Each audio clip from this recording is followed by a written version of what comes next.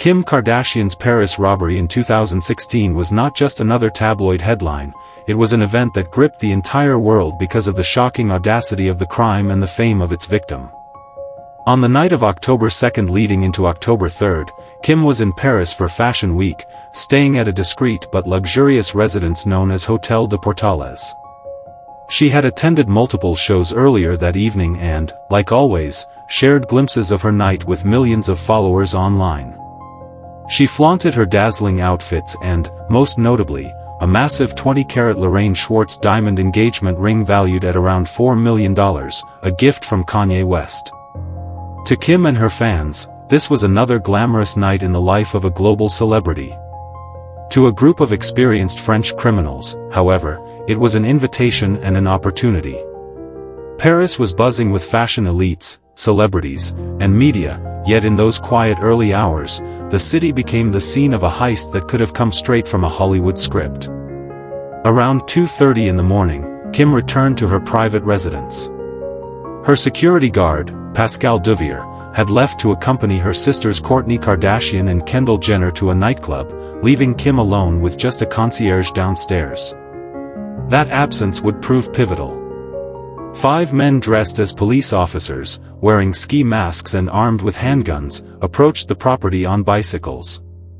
They forced their way in, holding the concierge at gunpoint, binding him, and demanding that he lead them directly to Kim's apartment. The robbers' actions suggested clear planning. They knew who she was, where she was, and what she carried. Bursting into Kim's suite, they confronted her while she was still in her robe. Speaking in French but with broken English, the ringleader demanded, "Ring, ring." Kim, terrified, handed over the engagement ring. But the robbers were not satisfied with just one piece. They quickly collected other jewelry, bracelets, and accessories, stuffing them into bags. They bound Kim's hands and feet with zip ties and gagged her, forcing her into the bathtub. In those agonizing minutes, Kim believed she would be raped or killed. She later admitted she begged for her life, telling the men she had children, hoping they would spare her. Within minutes, the criminals vanished into the night, cycling away through Paris's narrow streets with approximately $10 million worth of jewels. Kim managed to free herself and alert her security and the authorities. By 3 a.m., police had surrounded the property, and news began to spread. TMZ and other outlets broke the story first, and within hours, the entire world knew Kim Kardashian had been robbed at gunpoint in Paris. The shocking detail, that 5 armed men could walk into a luxury residence during Fashion Week, subdue one of the world's most famous celebrities, and escape without being caught, sparked global headlines. Kanye West, performing at a concert in New York, abruptly stopped mid-song when told what happened and rushed to be with his wife. For Paris, the incident was a nightmare. The city prided itself on glamour, safety for elites, and its reputation as a fashion capital, but now the spotlight was on its failure to protect a high-profile guest.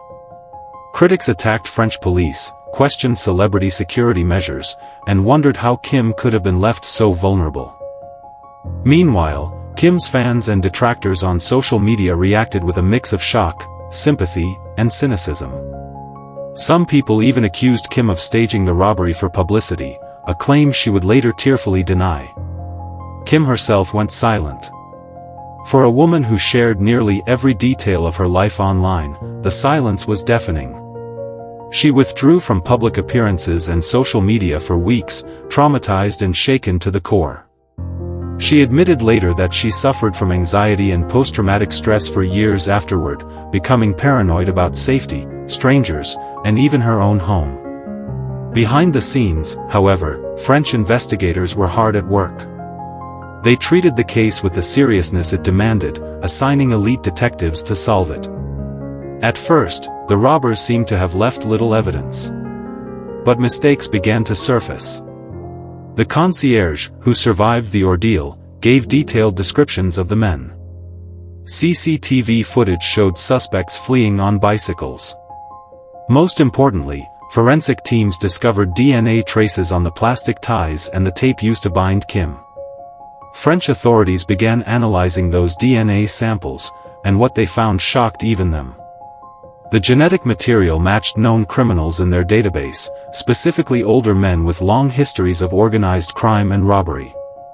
These were not young thrill-seekers, they were seasoned veterans, many in their 50s and 60s. The French media soon dubbed them the Grandpa Robbers.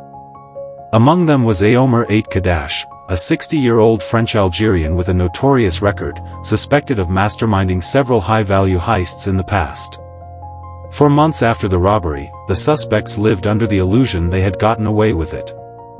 Some even bragged to acquaintances about their score. But in January 2017, French police launched coordinated raids across Paris and southern France.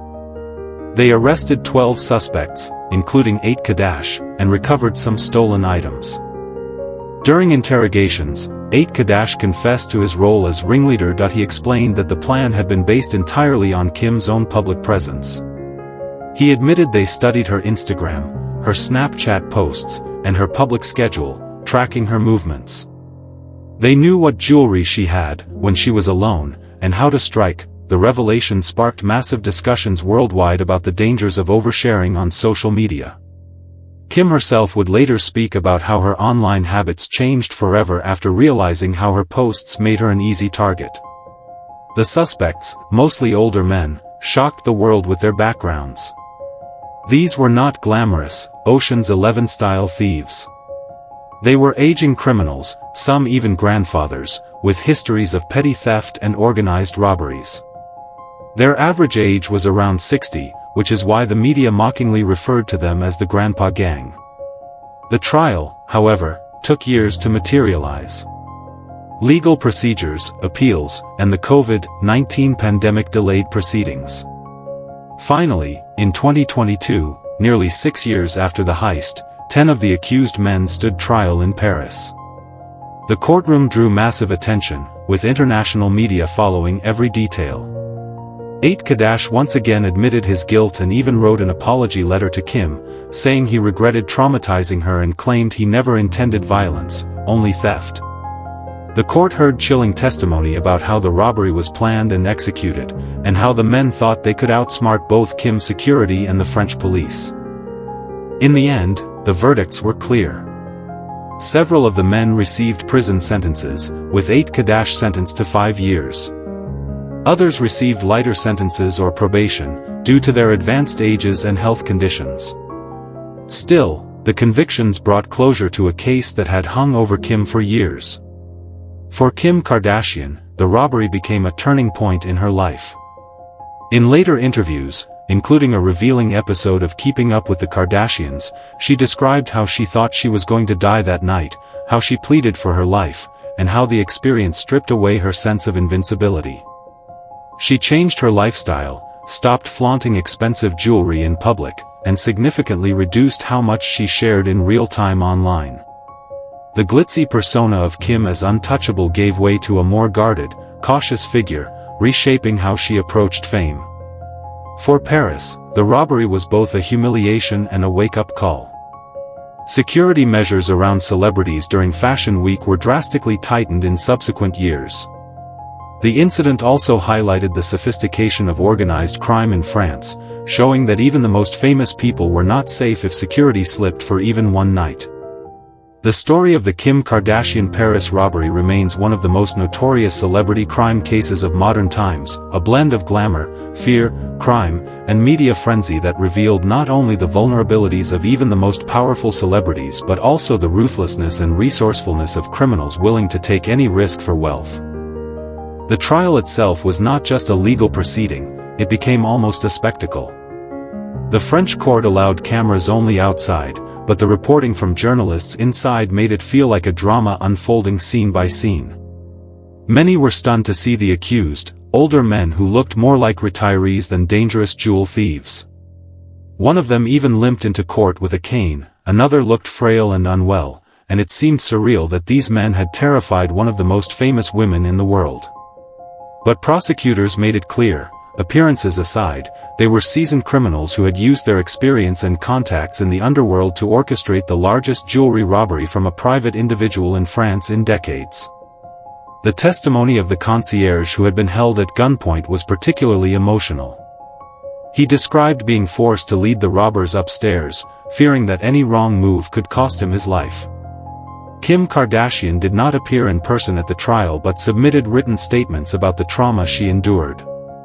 She described in painful detail how she thought she would never see her children again, how she imagined her sister would find her dead in that bathtub, and how every sound in the apartment afterward made her flinch for months. Her words painted the picture of someone who had been emotionally scarred forever.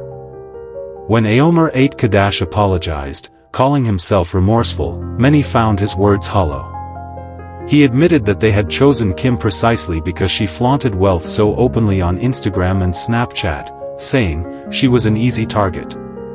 That blunt statement alone sparked endless debates in the press and online. Should celebrities bear responsibility for showcasing such immense wealth? Or was the blame solely on criminals exploiting that openness?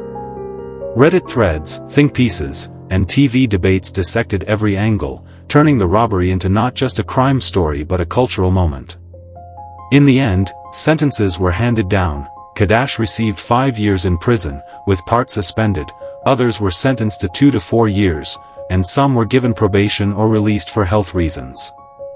The justice system balanced punishment with the reality of their advanced ages, but to the victims, especially Kim, the closure was more emotional than judicial.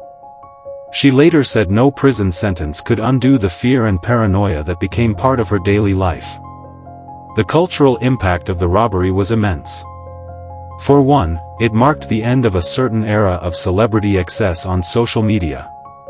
Before 2016, Kim and many others freely posted pictures of their jewelry, designer outfits, and real-time locations without much thought. After Paris, everything changed. Kim openly admitted she stopped showing off expensive items and began posting with delays instead of in the moment. Her sisters followed suit, and even other celebrities began rethinking how much they revealed online. Security experts began giving interviews warning about the dangers of oversharing, and the case became a textbook example of how digital footprints could be exploited by criminals. For Kim Kardashian's career, the robbery became both a personal tragedy and a public turning point. Fans saw her vulnerability in a way they never had before. She went from the image of untouchable glamour to someone who survived a terrifying ordeal. This humanized her, and some argue it was the moment she began shifting from being just a reality TV star to a more serious public figure, eventually taking on criminal justice reform advocacy and law studies. The robbery humbled her and reframed her priorities, something she herself admitted in multiple interviews. She said the incident made her value life and family over possessions, no matter how expensive. The media, of course, dissected every layer of the robbery for years. News outlets recreated the timeline, analyzed police mistakes, and debated the competency of Kim's security detail. Her bodyguard Pascal Duvier faced heavy criticism for leaving her unprotected that night, even though logically he couldn't have been in 2 places at once. Kanye West's frantic rush to Paris and his protective behavior afterward also became part of the public narrative, though their marriage would later collapse for unrelated reasons. Reality TV audiences watched the fallout unfold on Keeping Up with the Kardashians, where Kim broke down in tears recounting the event. The rawness of that episode remains one of the most watched and discussed moments in the show's long run. For the French police, the successful arrests and convictions were a relief, but the embarrassment lingered. How could 5 men on bicycles, wearing basic disguises, manage to slip past security and terrorize a global superstar? The incident highlighted gaps in celebrity protection in Paris, and authorities vowed to strengthen measures during high-profile events like Fashion Week. In later years, additional patrols, undercover officers, and stricter hotel security policies were implemented, partly in response to what happened to Kim. The robbery became a cautionary tale for the entire luxury industry in France. Even years later, the Paris robbery continues to be referenced in pop culture. It has been mentioned in songs, parodied in sketches, and analyzed in true crime podcasts and documentaries. The surreal nature of it, one of the richest, most famous women in the world, tied up in a bathtub by aging jewel thieves in the fashion capital of the world, remains almost unbelievable, like a movie script. And yet, it was real, leaving a scar on Kim's psyche and a permanent entry in the annals of celebrity crime history. Kim herself has reflected on it with a sense of survival. She has said that while she lost valuable jewelry, what she gained was perspective. The diamonds could be replaced, but her life could not. She has openly acknowledged that it changed her forever. The carefree, flashy Kim of pre-2016 never returned. Instead, the world saw a more cautious, mature, and grounded woman, still famous but not as willing to risk everything for a post or a photo. The robbers, meanwhile, faded back into the background of criminal lore. Their story was unique precisely because of their age. They were not young gangsters chasing adrenaline, they were older men chasing one last score.